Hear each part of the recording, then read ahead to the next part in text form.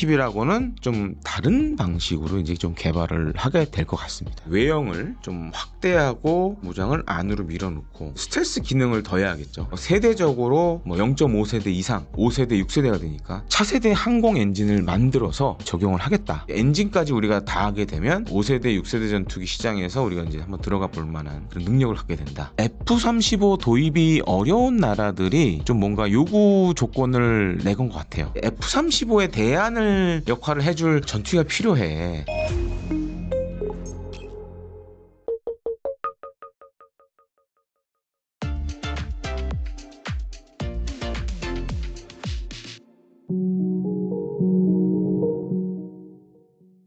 이건 이제 많은 분들이 모르시는 내용입니다. 그래서 제가 이제 운영하고 있는 K-디펜스 뉴스에서 이제 단독으로 취재한 내용인데, 우리 공군이 한국형 차세대 전투기와 관련된 소요제기를 지난해 이제 연말에 했습니다. 한국형 차세대 전투기는 이제 KF-21의 뒤를 잇는 한국형 차세대 전투기예요. 그래서 이제 여러 가지 프로젝트명이 있어요. 이제 잘 알려진 게 이제 KF-21 블록 3라는 명칭이 있고, 그 다음에 이제 KF-XX라는 또 명칭이 있습니다. 근데 우리 군에서 하는 사업들 같은 경우에는 사업 부서나 담당 부서에 따라서 여러 가지 프로젝트명을 갖고 있어요. 하나의 사업의 프로젝트명이 여러 가지인 게 특징입니다. 그러니까 한 가지 말씀드리자면, 이제 우리가 향후 KF-21 블록 2에 장착하게 될 천룡 공대지 미사일. 근데 천룡이라고 부르기도 하고, 이제 국방과학연구소 쪽에서는 이제 천룡이란 프로젝트명으로 부르기도 하고, 방위사업청에서는 장거리 공대지 유도무기 2차 사업으로 부릅니다. 그래서 줄여서 장공지2라고 많이 부르는데, 좀 그런 차이로 보시면 돼요. 그래서 이제 지난해 연말에 이제 공군이 이제 한국형 차세대 전투기 소요 제기를 했고, 그러니까 보통 이런 무기를 개발하거나 도입하는데 첫 단추가 소요 제기예요. 그러니까 우리도 어떤 물건을 살 때 계획을 짜잖아요. 살다 보니까 또 이런 게 필요할 것 같아. 이게 이제 머릿속으로 계획을 세우고 뭐 인터넷 쇼핑을 한다거나 실제 오프라인 매장을 간다거나 이러잖아요. 사실 군에서 하는 사업도 비슷해요. 그래서 이제 소요제기가 굉장히 중요한데, 일단 작년 연말에 소요제기는 했다라고 지금 전해지고 있고, 그리고 이제 21년도부터 이런 움직임이 보이기 시작했습니다. 그래서 당시 군이 연구 용역 과제를 통해서 KF-21 보라매 전투기 기반의 5세대 혹은 6세대 전투기 발전 방안에 대해서 이제 연구 용역을 진행한 바가 있어요. 근데 지금 이제 KF-21 잘 보시면 4.5세대 전투기로 분류가 됩니다. 그러니까 기본적인 외형은 레이더파의 반사 면적을 적게 하는 저피탐 외형을 갖고 있지만, 스텔스 성능의 핵심이라고 할 수 있는 그러니까 전파 흡수제, 이런 거는 아직 적용이 안 되고 있어요. 그래서 이제 4.5세대 전투기로 이제 분류가 되는데, 근데 이제 뭐 연구 영역 과제 통해서 이제 한번 이 KF-21 전투기 보라매 기반의 5세대, 6세대 전투기 요거를 연구 용역을 해봤고, 또 여기에 더해서 21년도에 공군본부가 유무인 전투 임무기 복합체계 임무 효과도 분석 및 한국형 차세대 전투 임무기, 그러니까 한국형 차세대 전투기에 대한 연구 영역을 또 발주했습니다. 근데 여기 이름이 나오죠. 한국형 차세대 전투 임무기, 한국형 차세대 전투기라는 이름이 나오죠.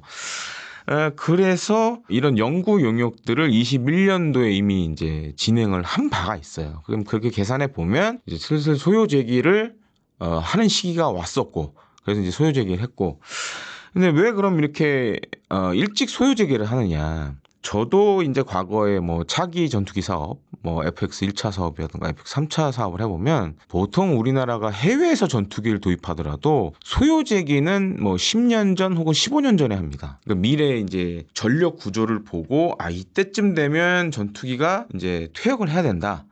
그래서 이런 것들 다 계산을 해요. 그래서 이제 미리 좀 앞서서 해요. 근데 이번에 중요한 건 이제 해외 도입으로 하는 것이 아니라 개발을 하겠다라는 소요 제기를 좀 진행했다는 게 이제 가장 큰 의미가 있고, 그렇다면 왜 공군이 한국형 차세대 전투기를 필요로 할까? 이게 아마 많은 이제 구독자분들이나 시청자분들이 궁금해할 내용일 것 같아요. 그래서 현재 우리 공군 전투기에서 가장 많은 수량을 지금 이제 보유하고 있는 건 미국에서 들여온 F-16 전투기하고 또 국내에서 면허 생산한 KF-16 전투기 두 종류가 있습니다. 이게 합치면 한 160여 대 돼요. 근데 지금 이제 뭐 KF-21이 블록 1, 2에서 120대 따져보면 KF-21보다도 많죠. 한 160여 대 되니까. 근데 문제가 이게 이제 들여온 지 시간이 꽤 됐어요. 그래서 이제 F-16 CD 블록 32 같은 경우에는 D형, 그러니까 두 사람이 타는 복자 모델을 한번 성능 개량을 했습니다. 그래서 KF-16 정도의 성능을 갖도록 성능 개량을 한번 했고, KF-16은 현재 성능 개량을 진행 중이에요. 그러니까 컴퓨터에 비유하자면 업그레이드를 진행 중입니다. 그래서 레이더도 A사 레이더로 바꾸고, 또 이제 전투기의 핵심 두뇌라고 할 수 있는 임무 컴퓨터도 새 걸로 바꾸고, 뭐 이런 작업들을 지금 진행을 하고 있어요. 근데 이렇게 해도 지금 이제 공군이 전에 밝힌 바에 따르면 2038년까지 운용할 계획이다. KF-16 전투기 같은 경우 2038년까지 운용을 하겠다라고 이미 밝힌 바가 있어요.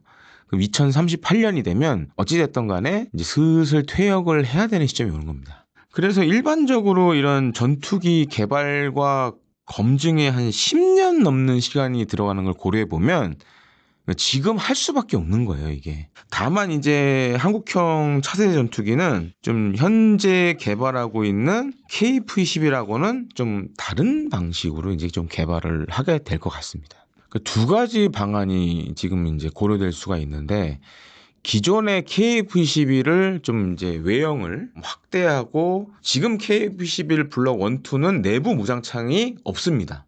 근데 내부 무장창을 만들 수 있는 공간은 있다는 얘기가 있어요.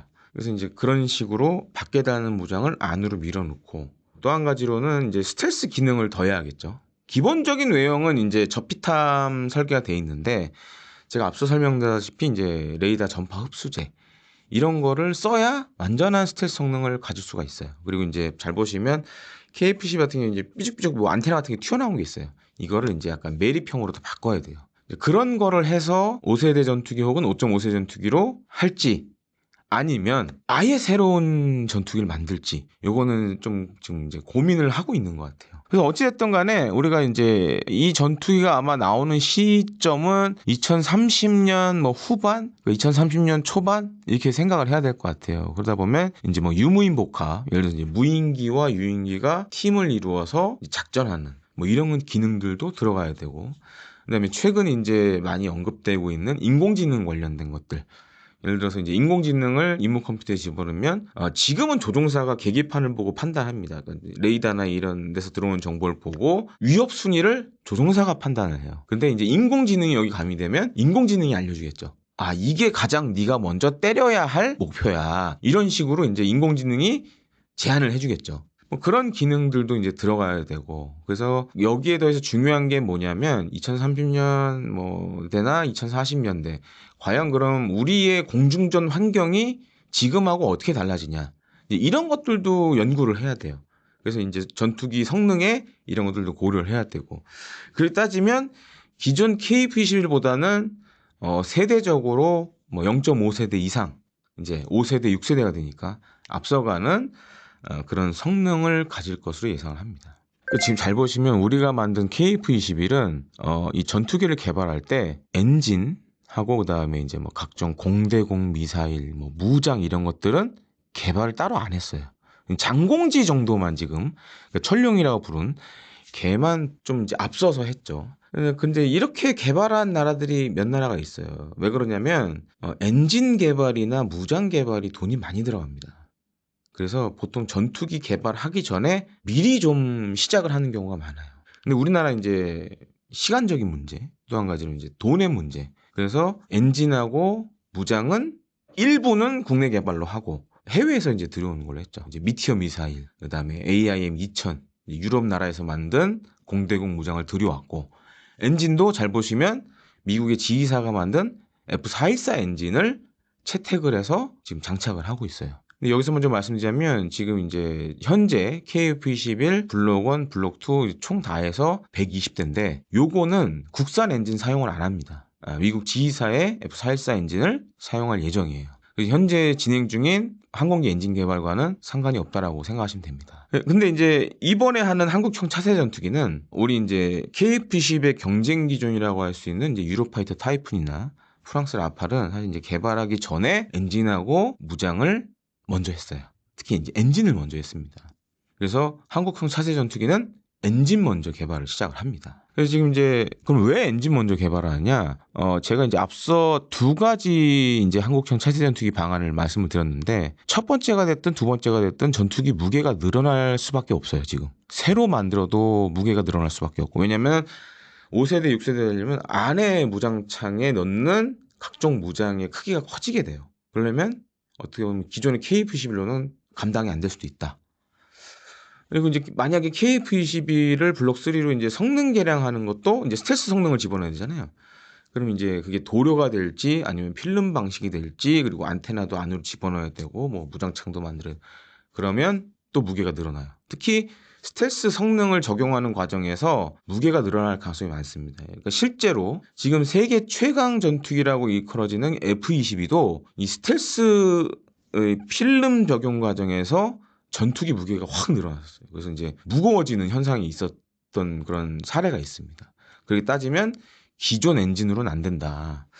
그래서 지금 생각하는 게 이 차세대 항공 엔진을 만들어서 KF-XX에 적용을 하겠다라는 게 지금 핵심으로 알려져 있습니다. 참고로 말씀드리면 지금 KF-21 블록 1, 2에 사용되는 이 미국 G사의 F414 엔진 같은 경우에는 이걸 이제 밀파워라 그러는데 전투기에 장착된 엔진의 순수한 총 추력, 그러니까 순수한 엔진의 추력을 보통 이제 뭐 13,200파운드 정도 자료마다 약간 차이 있는데 뭐 14,000이라는 얘기도 있는데 지금 우리가 하려는 이제 한국형 차세대 전투기용 차세대 항공 엔진은 16,000파운드 이상이에요. 그럼 이제 계산해 보시면 기존 엔진 대비 뭐 최소 2,000에서 3,000파운드 이상 추력이 늘어난다고 생각하시면 됩니다. 그래서 지금 이제 이렇게 계산을 제가 해보니까 지금 이제 F-35에 달린 F-135 엔진이 총 이 밀파워 32,000파운드 정도 돼요. 근데 F-35는 단발입니다. 엔진이 하나예요. 그러니까 우리가 이제 그 정도 급의 뭔가 이제 한국형 차세대 전투기 만들려면 우리는 이제 단발로는 할 수 없지만 쌍발로라도 그 정도 추력은 갖고 있어야 돼요. 그럼 계산해 보시면 이제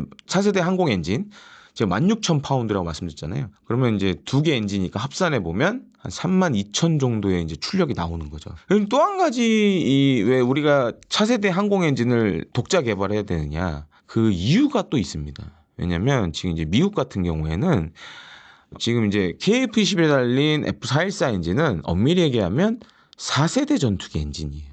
그래서 이런 4세대 전투기 엔진은 미 정부가 해외에서 면허 생산하는 거에 대해서 이제 동맹국이면 그리고 이제 우리 같이 혈맹인 나라들은 면허 생산을 하게 해줬습니다. 근데 지금 5세대 전투기인 F-35를 잘 보면 거기 장착된 F-135 엔진은 지금 면허 생산 권한을 안 주고 있어요. 그러니까 지금 미국 정부의 생각은 5세대 전투기 엔진은 이제 면허 생산을 해외에 안 주겠다.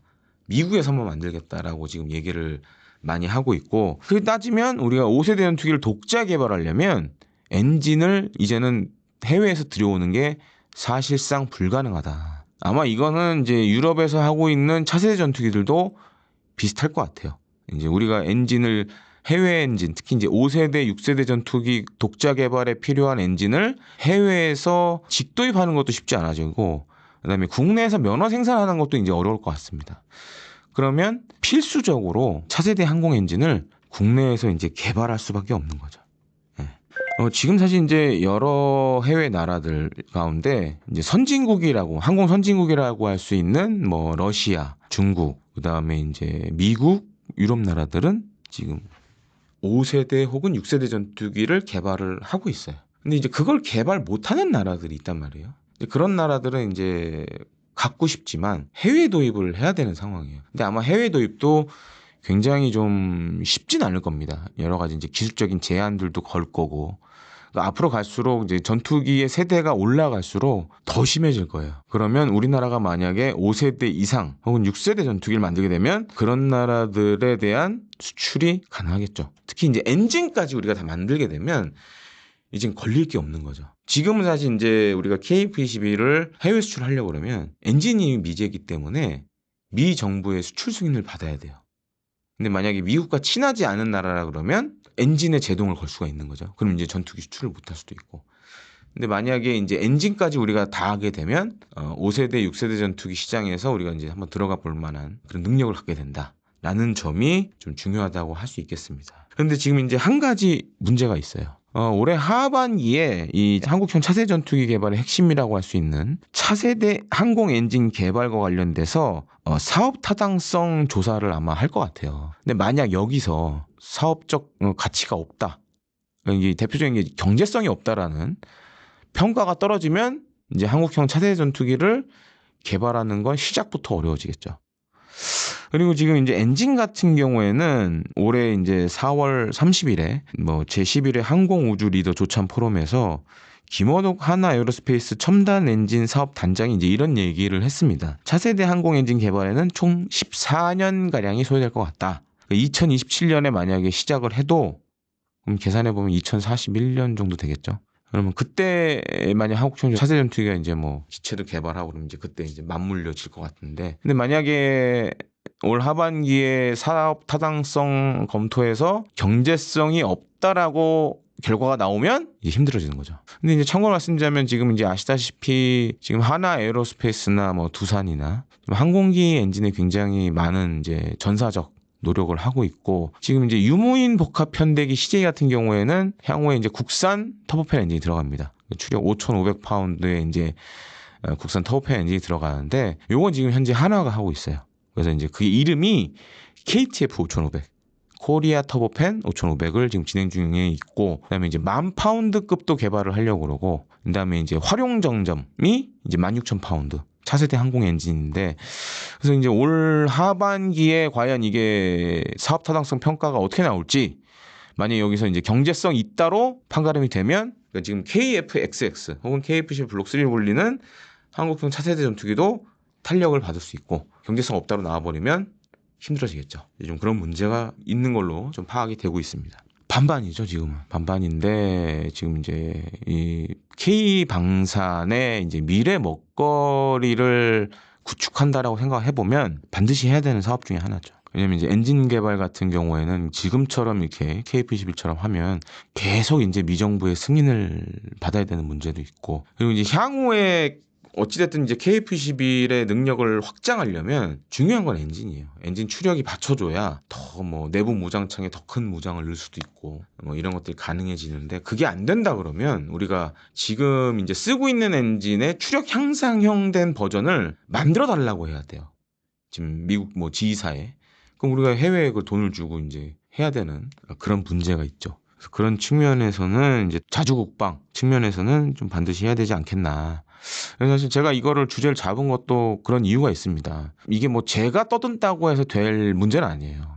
그러니까 지금 이걸 보고 계시는 구독자분들이나 시청자분들도 힘을 실어줘야 차세대 항공 엔진의 이제 사업 타당성 평가가 좋게 나오겠죠. 반드시 해야 됩니다. 그리고 이제 우리 납세자잖아요. 근데 이 차세대 항공 엔진 개발은 우리 소중한 납세자의 세금으로 만들어지게 됩니다. 그럼 납세자 입장에서도 한번 봐야겠죠. 우리가 이제 미래를 위한 먹거리 투자를 위해서 우리의 세금을 여기에 쓸 거냐 말 거냐. 사실은 경제성 평가라는 건 그게 굉장히 핵심이에요. 그런 측면에서도 한번 좀 진지하게 구독자분들과 시청자분들도 좀 고민을 해주셨으면 해서 소재를 들고 나왔습니다. 예. 최근에 이제 뭐 뉴스 보신 분들은 아시겠지만 폴란드 공군 참모총장이라든가, 그다음에 뭐 UAE 국방 차관, 그다음에 UAE의 뭐 고위급 장성, 이런 사람들 지금 KF-21을 타봤잖아요. 그리고 참고로 저도 이제 한국항공우주산업 KF-21 만드는 회사에서 이제 근무를 했었고, 그래서 이제 그때 이제 뭐 이렇게 들은 바에 의하면 사실은 우리가 KF-21이 한 23년도부터 이제 중동 국가라든가 이제 해외 관심국에 이제 브리핑을 진행을 많이 했습니다. 그래서 지금 이제 요번에 이제 기사로 나온 KF-21 EX 같은 경우에는 사실 요 컴퓨터 그래픽이 처음 나온 건 아니에요. 저도 이제 그전 버전들은 몇 번 봤었고, 근데 이번에는 조금 모양이 많이 달라졌어요. 제가 추정키로는 F-35 도입이 어려운 나라들이 좀 뭔가 요구 조건을 내건 것 같아요. 지금 KF-11도 좋은데, 근데 우리는 좀 더 스텔스 성능이 강화되고 좀 무거운 무장을 안에 좀 장착하는, 그러니까 일종의 이제 F-35에 대안을 역할을 해줄 전투기가 필요해. 근데 지금 KF-21은 좀 그게 부족한 것 같아 라고 피드백을 준 것 같아요. 특히 이제 중동 쪽 나라들이 피드백을 준 것 같아요. 그러니까 예를 들어서 이제 폴란드는 지금 F-35를 샀습니다. 그리고 이제 폴란드 같은 경우에는 지금 차세대 전투기 사업이 있어요. 그래서 소요가 한 32대 정도 되는데 그런 차세대 전투기 사업이 있고, 근데 이제 폴란드는 예를 들어서 마음만 먹으면 F-35 사는 데는 크게 문제가 안 되는 나라예요. 그러니까 미국과 절친한 친구예요. 그러니까 우리나라 같은 그 나토 회원국이고, 우리도 사실 이제 F-35 사는 데는 크게 문제가 없고, 근데 문제가 안 되는 나라는 이제 중동 국가들이죠. 그래서 이제 UAE라든가 사우디 이런 나라들은 사실 이제 미국으로부터 F-35를 사고 싶어 했는데 이제 UAE가 이제 협상 과정에서 이건 도저히 아닌 것 같다. 그래서 이제 드랍을 해버렸고, 사우디도 사고 싶긴 한데 이제 미국이 안 팔 것 같고, 왜냐하면 이제 중동은 그런 게 있습니다. 이스라엘은 지금 F-35를 갖고 있어요. 이스라엘이 자꾸 미국에 요구를 해요. 중동의 다른 나라에 팔지 마라. 그리고 미국도 안 판 이유가 이스라엘이 그러는 것도 있지만, 중동 국가를 잘 보시면 물론 미국과 외교적인 관계를 맺고 있지만 그렇다고 해서 미국이 100% 신뢰할 수 있는 파트너는 아니에요. 왜냐하면 이들 나라들은 러시아랑도 친하고 중국하고도 친해요. 그러니까 이제 F-35 팔았을 때 만약에 이제 기술 유출이나 이런 위험도가 있겠죠. 그러니까 그런 것 때문에 이제 안 파니까 이제 우리 쪽에 약간 피드백을 준 것 같아요. 우리 KF-11 다 좋은데 근데 우리가 요구하는 전투기는 F-35급은 돼야겠어. 그래서 이제 요번에 나온 모델 같은 경우에는 현재 KV-12를 만약에 이제 내부 무장창을 하게 되면 2,000파운드급 한 1톤 가량 되는 이제 무장을 탑재할 수가 없어요.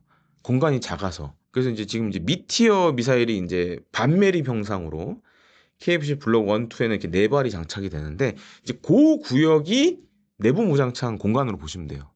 그럼 그렇게 계산해 보면 미티어 미사일 4발 정도밖에 못 다는 거예요. 내부 무장창이. 그러니까 큰 무장을 못 다는 거예요. 특히 이제 공대지나 뭐 공대한 무장들을. 그러니까 이제 그런 거를 요구를 한 것 같아요. 그래서 카이에서 이제 CG로 이제 한번 이렇게도 우리가 변신이 가능하다. 근데 이렇게 근데 형상을 바꾸면 한 가지 문제가 있어요. 무게가 늘어나요. 이것도 역시. 그러니까 엔진이 또 걸려요, 이게.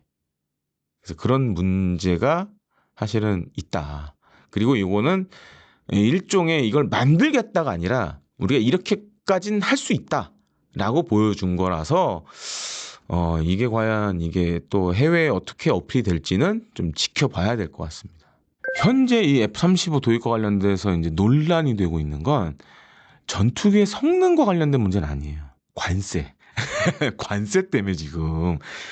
그 이제 뭐 최근에 스위스도 F-35 도입을 이제 몇 년 전에 확정을 했는데 이제 미국과 관세 문제가 지금 불거져가지고 도입을 재검토하겠다라는 막 여론도 나오고 있어요. 그리고 이제 스페인도 사실 이제 도입을 검토를 했다가 그럼 안 할래. 미국 특히 이제 이게 트럼프 행정부가 2기 행정부가 등장하고 나서 이제 관세 문제가 불거지면서 이제 이게 커지고 있는데, 그래서 이제 몇몇 나라들이 도입을 검토했다가 이제 안 하겠다라는 얘기가 나오고 있죠. 그러니까 전투기 성능과는 별개의 문제입니다. 그러니까 어떻게 보면 외교 문제, 경제 문제하고 이게 좀 엮여 있는데, 반대로 또 그런 나라도 있어요. 이제 관세 문제를 풀기 위해서 F-35를 사겠다는 나라들도 있어요. 근데 또 모르죠, 이제. 뭐 트럼프 2기 행정부가 뭐 천년 만년 가는 것도 아니고 임기가 4년이니까 또 이제 다음에 또 누가 될지 모르겠지만 또 다음에 다른 사람이 되면 또 사겠다는 나라가 있을 수 있는 거고. 다만 이제 성능 면에서는 지금 이제 F-35가 뭐 현존하는 이제 5세대 전투기 가운데는 다양한 임무를 할 수 있는 전투기이기 때문에 뭐 공대공도 하고 공대지도 하고 공대함도 하고 정찰도 하고 뭐 다 다목적 스텔스 전투기라 그런 측면에서는 지금 사실 뭐 메리트가 없는 건 아니고, 그리고 더 중요한 거는 이미 F-35 계열 전투기들은 이 생산된 것만 1,000대가 넘었어요. 우리 KP-11이 지금 120대 소요인데 아직 이제 막 양산 1호기 뭐 나오고 이러는데 그거 비교해 보면은 사실 어마어마한 거죠. 그래서 이제 요거는 이제 전투기 성능의 문제라기보다는 이제 관세 문제로 좀 봐야 될 것 같습니다.